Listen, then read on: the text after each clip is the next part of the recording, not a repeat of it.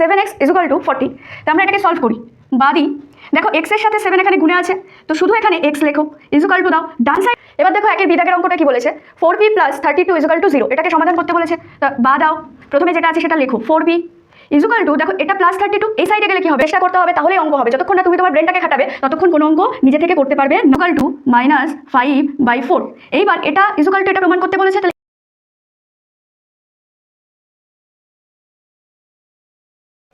আজকে আমরা মূলদ সংখ্যার কোষে দেখি 3-এর যে অঙ্কগুলো আছে সেই অঙ্কগুলো সলভ করব।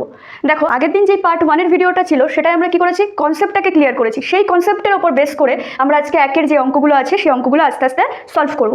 দেখো ফার্স্ট যে অঙ্কটা বলেছে সেটা কি, 7x ইকুয়াল টু 14। এটাকে কি করতে বলেছে, এটাকে সমাধান করতে বলেছে। এটা একটা সমীকরণ এবং সমাধান করার পর যেটা করতে বলেছে সেটা হচ্ছে p/q আকারে সেই সংখ্যাটিকে লিখতে বলেছে। তো ফার্স্টে কি করতে হবে, এটা সমাধান করব। কি করে সমাধান করব, দেখো 7x ইকুয়াল টু 14। তো আমরা এটাকে সলভ করি বা দিই। দেখো x এর সাথে 7 এখানে গুণে আছে, তো শুধু এখানে x লেখো ইকুয়াল টু দাও।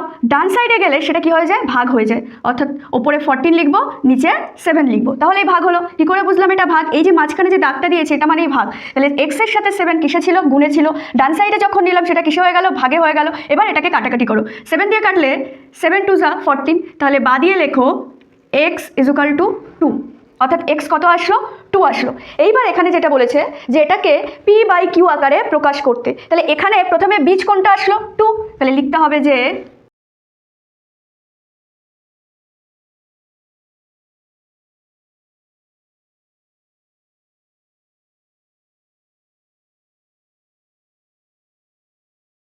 এখানে বীজটি হলো 2। এবার কি লিখবো, যে একে কমা দিয়ে লিখবে একে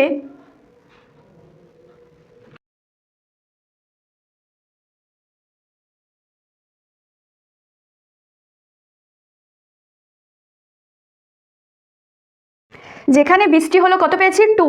একে p/q আকারে প্রকাশ করলে পাই কি, 2/1। এই 2কে তো একইভাবে বলতে পারি যে এই 2কে 2/1 লেখা যায়। 2/1 লিখলে তার মান 2ই হয়। তো এটাকেই বলছে p/q আকারে প্রকাশ করা। এরপর এখানে যেখানে বলতে পারি যে এখানে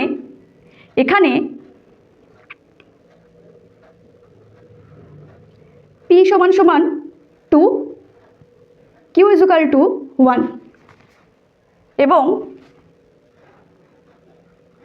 q নট ইকুয়াল টু 0। ব্যাস, পরীক্ষার হলে কিভাবে লিখবে, প্রথমে সমীকরণটা সমাধান করব, তারপরে যেটা লিখবো যে এখানে বীজটি হলো 2, একে p/q আকারে প্রকাশ করলে পাই 2/1। এখানে p equal to 2, q equal to 1 এবং q নট ইকুয়াল টু 0। তাহলে এটাই হয়ে গেল প্রথম যে অঙ্কটা বলেছে তার উত্তর বা তার সমাধান। বোঝা গেল এটা কি করেছি। দেখো x এর সাথে এখানে কি আছে, 7 গুণে আছে। এইবার যখন x এখানে লিখলাম, এই 7টাকে কি করেছি, ভাগ করেছি। কারণ আমরা কি বলি যে ইকুয়াল টুর আগে যেটা থাকে সেটা যদি ডান সাইডে যায় সেটা ভাগ হয়ে যাবে, তার চিহ্নটা বদলে যায়। এখানে গুণে ছিল তো এই সাইডে এসেছে কি হয়েছে, ভাগ হয়েছে। এখানে যদি যোগে থাকতো তাহলে ডান সাইডে গেলে কি হতো, বিয়োগ হতো। এখানে যদি বিয়োগ হয় তাহলে ডান সাইডে গেলে কি হয়, যোগ হয়। এইবার দেখো এটার একটা আরেকটা কনসেপ্ট আছে, কি আছে দেখো, 7 × x আছে ইকুয়াল টু কত আছে, 14 আছে। এই 7টাকে হাঁটানোর জন্য, এই 7টা যাতে না থাকে তার জন্য দুটো সাইডেই তুমি 7 দিয়ে কি করো, ভাগ করো, তাহলেই তো 7 চলে যায়। তাহলে কি করতে বললেন, যেটা বললাম 7 × x/7, তাই তো। এখানেও বলেছিস 14/7 করতে, তাহলে 7 কেটে গেল, তাই তো। দুটোই ইকুয়াল টুর আগেও যা করবো ইকুয়াল টুর পরেও তো তাই করবো। সেই কারণে এখানে x ইকুয়াল টু কত আসছে, 14/7 হয়। 7 দিয়ে এটাকে কাটো, 2 আসে। ক্লিয়ার এইটুকু? আচ্ছা, এটা এইভাবে সলভ করা হয়। এবার আমরা সেটাকে কি করি, যে এটাকে ডান সাইডে নিয়ে গেলাম। ডান সাইডে নিয়ে গেলে এটা যা চিহ্ন থাকবে তার বিপরীত চিহ্নটা বসবে। কিন্তু বেসিক্যালি ইকুয়াল টুর আগে যা করবো ইকুয়াল টুর পরেও তাই করতে হবে। এই 7কে প্রথমে দেখলাম x এর সাথে 7 আছে, তাহলে এই 7কে আমাকে কি করলে এই 7টা চলে যাবে, তাহলে x এর মান চলে আসবে। তো 7 এর সাথে যদি 7 ভাগ করি তাহলেই তো 7 চলে যাবে, তাহলেই তো x এর মানটা পাবো। একইভাবে যদি এখানে এই ইকুয়াল টুর আগে যদি 7 ভাগ করি তাহলে তো ইকুয়াল টুর পরেও 7 ভাগ করতে হবে। তো সেটাই করেছি, যে 7 এর সাথে যদি আমি 7 ভাগ করি তাহলে 14 এর সাথেও 7 ভাগ করতে হবে, তাহলেই এই x এর মান চলে আসলো 2। এইভাবেও ভাবতে পারো, কিন্তু পরীক্ষার হলে তোমরা এটা এইভাবেই করবে, আগে যেটা বললাম। কারণ তোমরা যেভাবে শিখেছো সেভাবেই করো। এক্সট্রা যেটা ইনফরমেশন দেওয়ার ছিল সেটাই এটা দিলাম, যাতে ভুলটা না শেখো, ঠিক আছে। এবার দেখো একের বিদাগের অঙ্কটা কি বলেছে, 4p প্লাস 32 ইকুয়াল টু 0। এটাকে সমাধান করতে বলেছে, তা বা দাও। প্রথমে যেটা আছে সেটা লেখো 4p ইকুয়াল টু, দেখো এটা প্লাস 32, এই সাইডে গেলে কি হবে, -32। আমি একটু আগে একটা বললাম যে এই যে ইকুয়াল টুর পরে আমি -32 কেন দিলাম, যে এই 32কে হাঁটাতে গেলে আমাকে এই সাইডেও 32কে মাইনাস করতে হবে, এই সাইডেও 32কে মাইনাস করতে হবে। তো একবারেই আমরা নিই, তোমরা যেটা শিখেছো সেটাই দেখো বা দিয়ে। তাহলে এবার দেখো 4p ইকুয়াল টু -32, তাহলে p ইজুকাল টু কী হবে দেখো, পি এর সঙ্গে 4 কিসে রয়েছে, গুণে রয়েছে, তাহলে এই সাইডে গেলে এটা কিসে হয়ে যাবে, ভাগে হয়ে যাবে। তা 32 তো ছিলই মাইনাস, ভাগ চিহ্ন দিয়ে নিচে কী দেবো, 4 দেবো, অর্থাৎ এটা হচ্ছে আমার ভাগ চিহ্ন। এবার কাটো এটাকে, 4 দিয়ে যদি কাটি তাহলে 8 হয়, 4 8 32, তাই তো, 4 8 32। আচ্ছা এইবার দেখো পি এর মান তাহলে কত বেরোলো, পি ইজুকাল টু -8। এটুকু ক্লিয়ার হয়েছে। তাহলে আমি কি বললাম যে 4p + 32 ইজুকাল টু 0। 4pটাকে বসাও, ইজুকাল টু দাও, এটা +32 ছিল, এই সাইডে আসলে কি হবে, -32 হবে। এই p এর সাথে 4 কিসে রয়েছে, গুণে রয়েছে। এইবার ডান সাইডে আসলে সেটা কিসে হয়ে যাবে, ভাগ হয়ে যাবে। তাহলে -32 ভাগ 4, কাটাকাটি করলাম যে 4 দিয়ে 32কে কাটলে কি হয়, 4 8 32 হয়। তা পির মান কত হলো, -8, কারণ এখানে একটা মাইনাস ছিল। তাহলে এইবার এটাকে কি লিখতে হবে, যে এখানে 20টি হলো -8।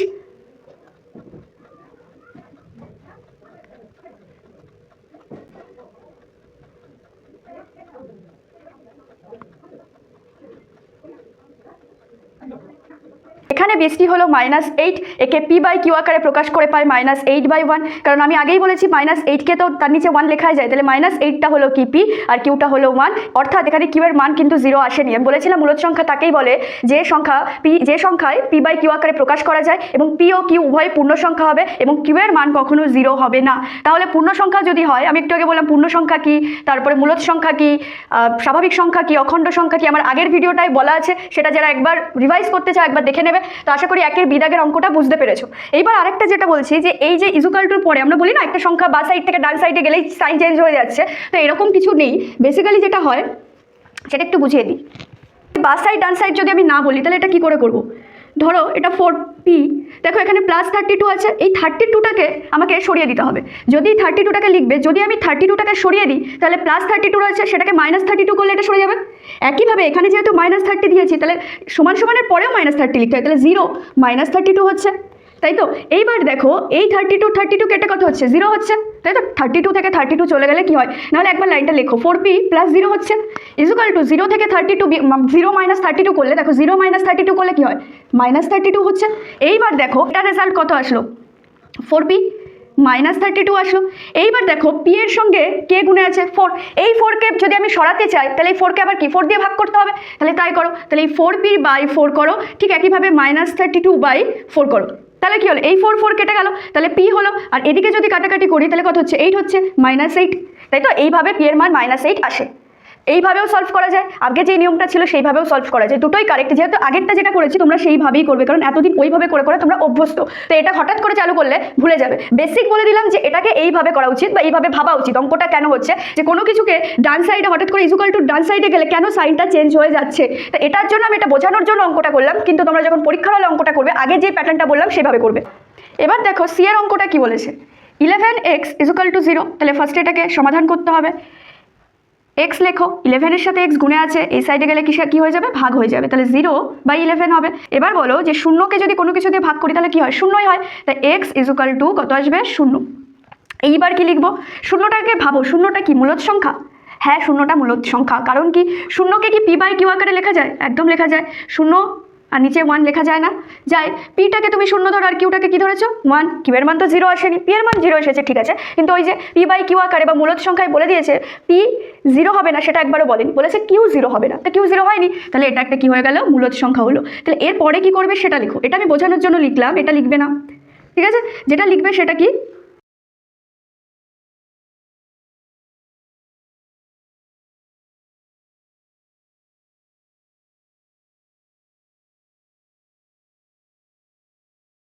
এটা সমাধান করার পরে লিখবে যে এখানে 20টি হলো 0, একে p/q আকারে প্রকাশ করে পাই 0/1, এখানে p = 0, q = 1 এবং q = 0। একই ডি দাগের অঙ্কটা কি বলেছে, 5m - 3 = 0, এটাকেও একইভাবে সমাধান করো, বা দাও 5m = এই সাইডে গেলে এটা কি হয়ে যাবে, প্লাস হয়ে যাবে, তাহলে +3, বা দাও m এর সাথে কিসে রয়েছে, গুণে রয়েছে, তাহলে ডান সাইডে গেলে সেটা কি হবে, ভাগ হয়ে যাবে, 3/5 হবে। তাহলে এখানে কি বললাম, এইটুকুই শেষ, এটা সমাধান হয়ে গেছে।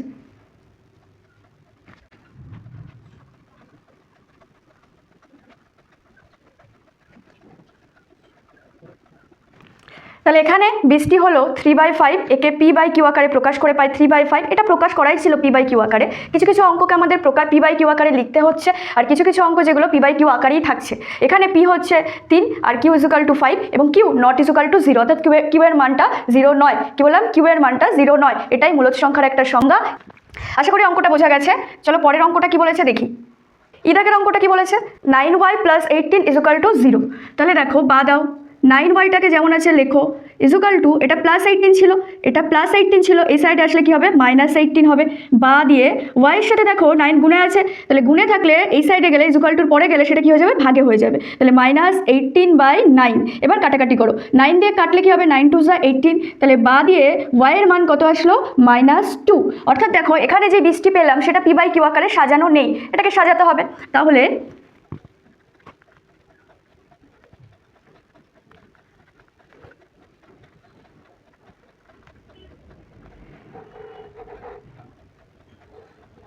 এখানে 20টি হলো -2, একে p/q আকারে প্রকাশ করে পাই -2/1। এখানে p মানে হচ্ছে -2, q মানে হচ্ছে 1 এবং q এর মান 0 নয়, q = 0। ব্যাস।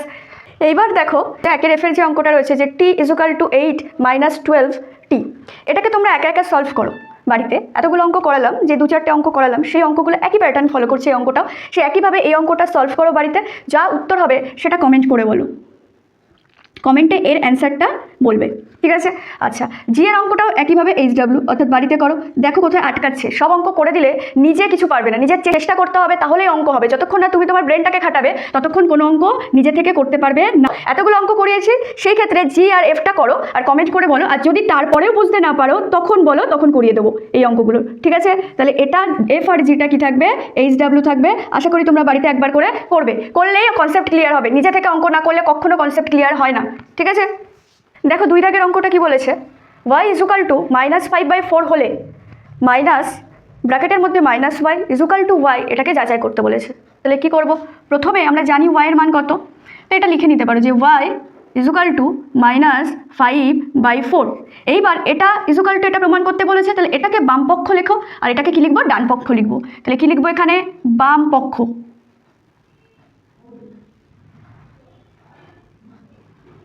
Left hand side. কি আছে বাম পক্ষে? -y।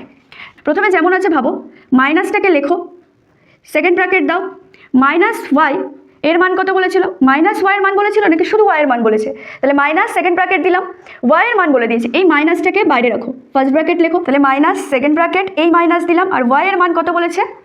-5/4। ফার্স্ট ব্র্যাকেট বন্ধ, সেকেন্ড ব্র্যাকেটও বন্ধ। কি করলাম? ফার্স্ট ব্র্যাকেট বন্ধ করে দিলাম, সেকেন্ড ব্র্যাকেটও বন্ধ করে দিলাম।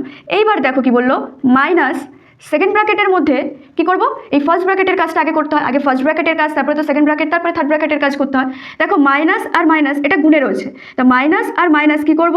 গুণ করব। মাইনাস আর মাইনাস গুণ করলে কি হয়? প্লাস হয়ে যায়। তাহলে +5/4 হবে। এই চিহ্নটা দেখো ব্র্যাকেটের বাইরে আর ব্র্যাকেটের মধ্যে যদি কোনো চিহ্ন থাকে তাহলে সেটা গুণে থাকে। ব্র্যাকেটের বাইরে আর ব্র্যাকেটের মধ্যে যদি কোনো চিহ্ন থাকে তখন সেটা কি? গুণে থাকে। তাহলে এটা গুণ হলো, যে মাইনাসে কি হলো? +5/4 ছিল, 5/4 বসিয়ে দিলাম।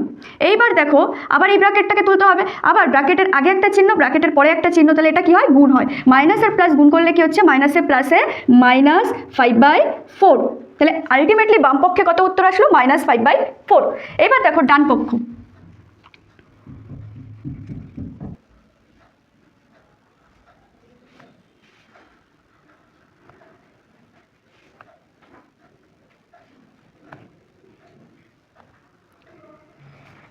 ডান পক্ষে কি আছে দেখো? ডান পক্ষ বা রাইট হ্যান্ড সাইড।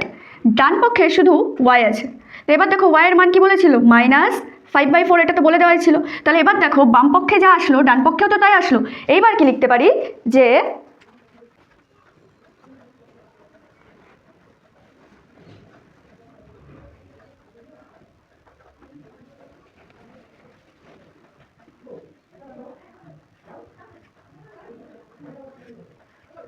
বাম পক্ষ সমান ডান পক্ষ। এবার বাম পক্ষ কি ছিল? মাইনাস, আর ব্র্যাকেটের মধ্যে -y = y প্রমাণিত। ঠিক আছে, 2 দাগের অঙ্কটা তাহলে বোঝা গেল।